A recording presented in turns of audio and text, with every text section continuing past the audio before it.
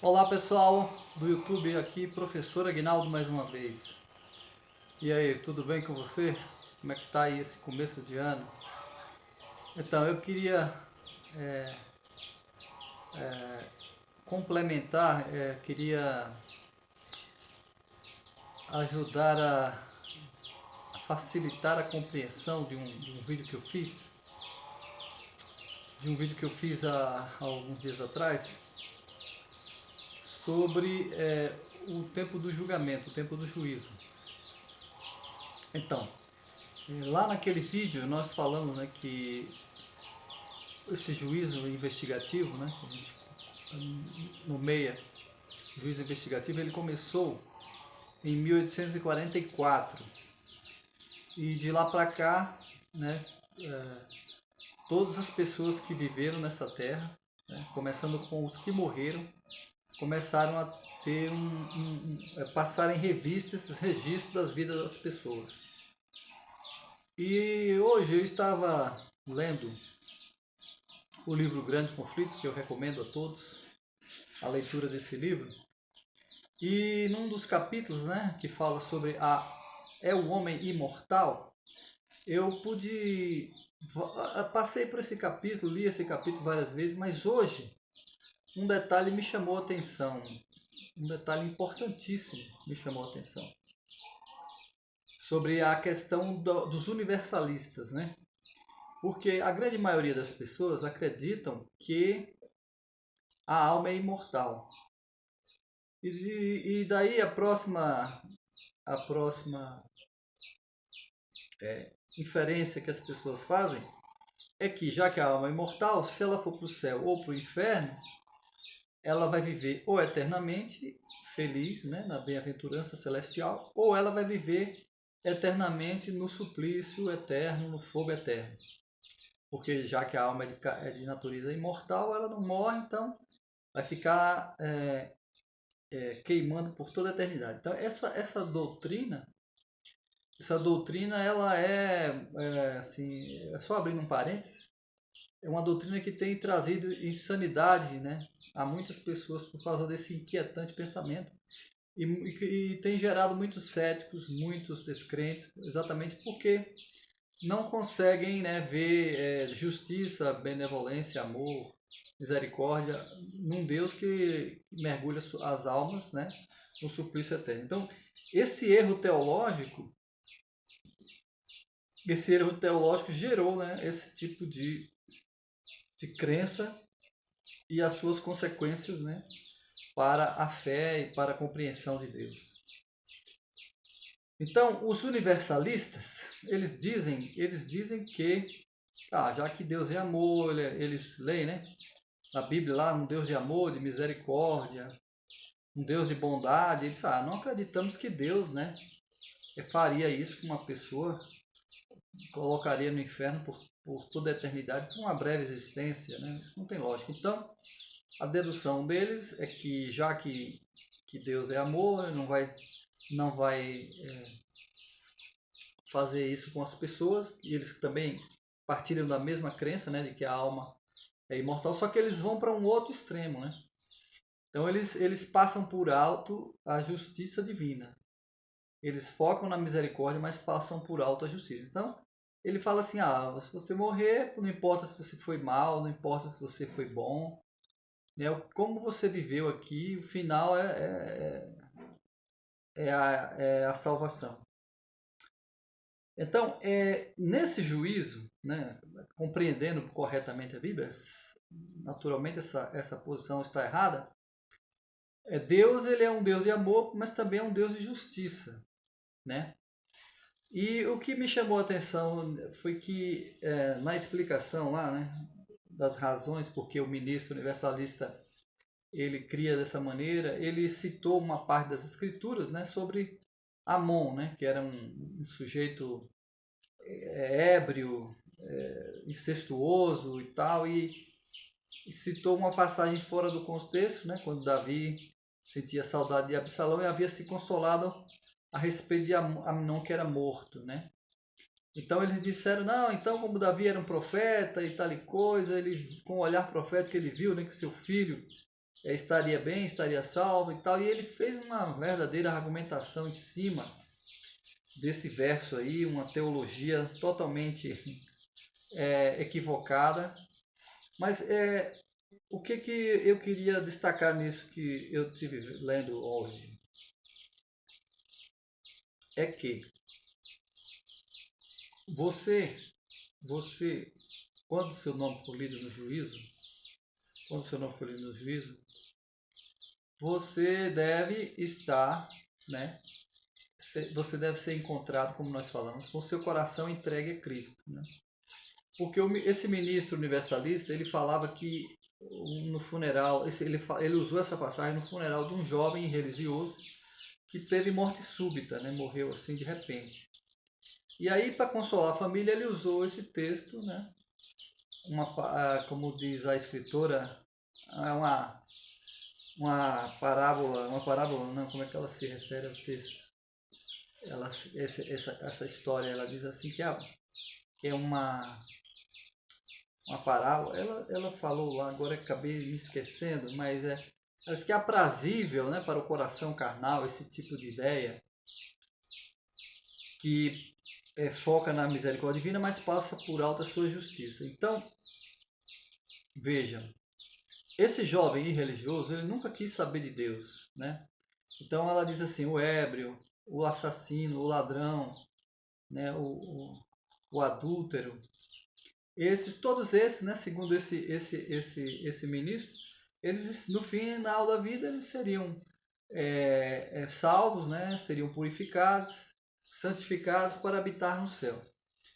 E a autora mostra razões, vários textos bíblicos, né, mostrando que não é assim que funciona, né? A coisa não é assim que funciona.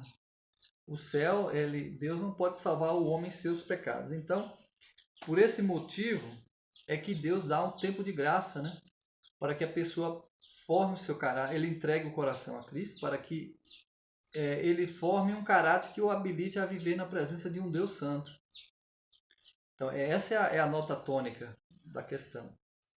Então, a pessoa que recusa, né, essa tão grande salvação, como diz Paulo, que recusa fazê-lo, ele tá dizendo que não quer outra coisa a não ser viver no pecado, né? Ele não se interessa por essa obra especial de graça que Jesus está realizando agora no santuário celestial. Então ele prefere viver no pecado. Então, se a pessoa, né, como Jesus falou, eu virei a ti como um ladrão, é nesse sentido, né? Que se a pessoa nesse momento, né, ele deixar, cansei desse negócio de cristianismo, eu vou viver a minha vida do jeito que eu achar melhor, vou aproveitar e tal. E aí, ou aquele que é religioso, mas se recusa a fazer essa entrega total. Então, se ele é achado assim, sem essa mudança de caráter, né, se ele não entregou o coração a Deus para ser moldado, se ele foi encontrado assim, dessa maneira, né, que a Bíblia denomina como se tivesse assim sujo ou nu, né, ele certamente então essa pessoa se perderá, porque ele não aproveitou o tempo de graça que Deus concedeu. Então isso remete à história do dilúvio, né? Que Jesus falou, seria como nos dias de Noé. Comiam, bebiam, casavam-se, davam-se em casamento, até o dia que Noé entrou na arca e não o perceberam. Então, percebam que esses antediluvianos, eles, Noé é um fanático, nunca choveu, esse barco aí era uma atração turística, todo mundo queria ver aquele maluco construindo um barco em terra seca. E eles zombavam, né, escarneciam e continuavam vivendo, né, na sua busca desenfreada dos prazeres, comendo, bebendo, casando, dando-se em casamento, né, e a sucessão dos dias parecia invariável. Todo dia o sol nascia bonito, havia árvores majestosas, ouro, prata, pedras preciosas, a flor da terra, abundância de frutos, né, vegetais e tal. Mas essas pessoas que tinham grande capacidade intelectual, grande longevidade, grande gênio artístico, não utilizaram essas vantagens, né, para a glória de Deus. Eles usaram os dons do doador, mas esqueceram do doador. Eles queriam fazer uso dos dons, mas não queriam saber nada com o doador.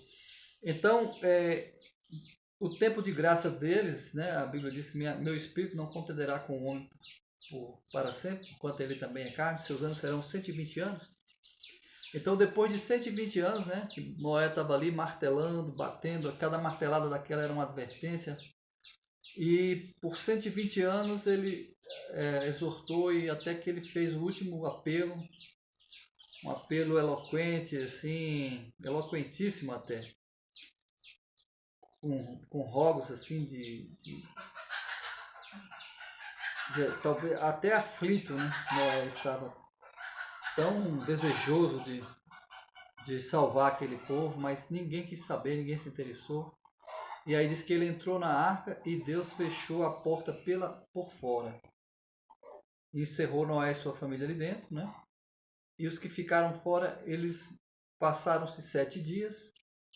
Tudo continuava aparentemente normal, mas o destino de todos eles já estava fixado para sempre.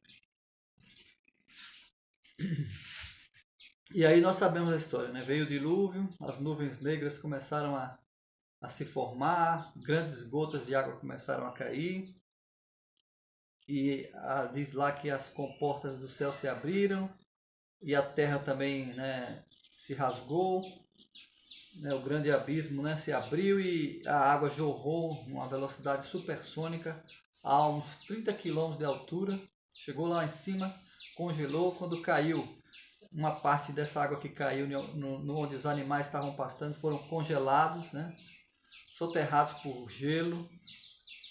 E hoje nas escavações as pessoas encontram, né, mamutes, aqueles grandes animais de grandes porte, aquela com capim na boca ainda, capim no estômago, né? Eles estavam pastando e a morte foi tão rápida que congelaram ali, não deu nem tempo de correr. Mas em outra parte, onde a água começou a subir, as pessoas tentavam buscar os lugares mais altos, subiam nas costas de grandes animais, sabendo que esses animais iam procurar refúgio nos pontos mais altos da terra, até que o último refúgio foi varrido e eles todos morreram afogados em água. Então, hoje, a Bíblia diz que os céus e a terra que hoje existem estão reservados, né, como um tesouro para o fogo.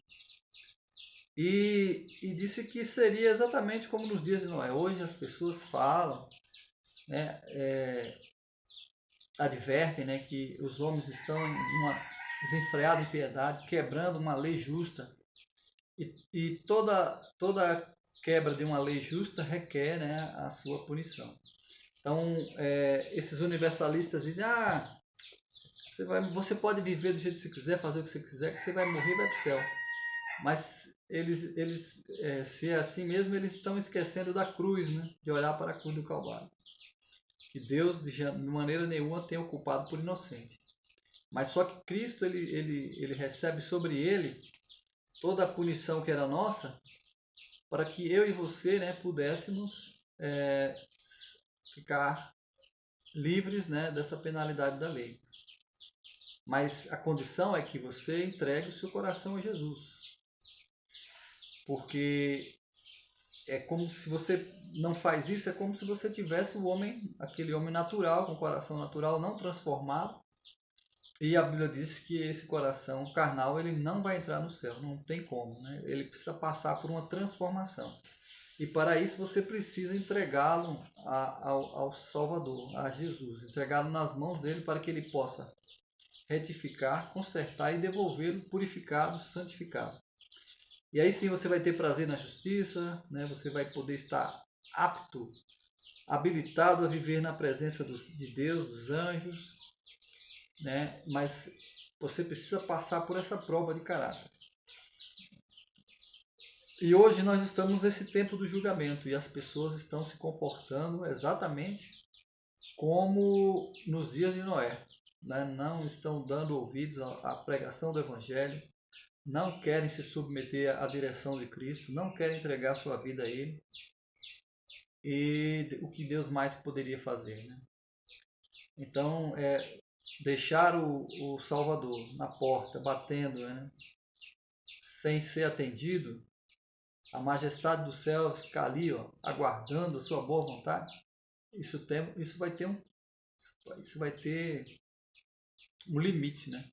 Jesus não vai ficar para sempre à porta do coração batendo. Então, meu amigo, coloque em seu coração que o nosso tempo está acabando.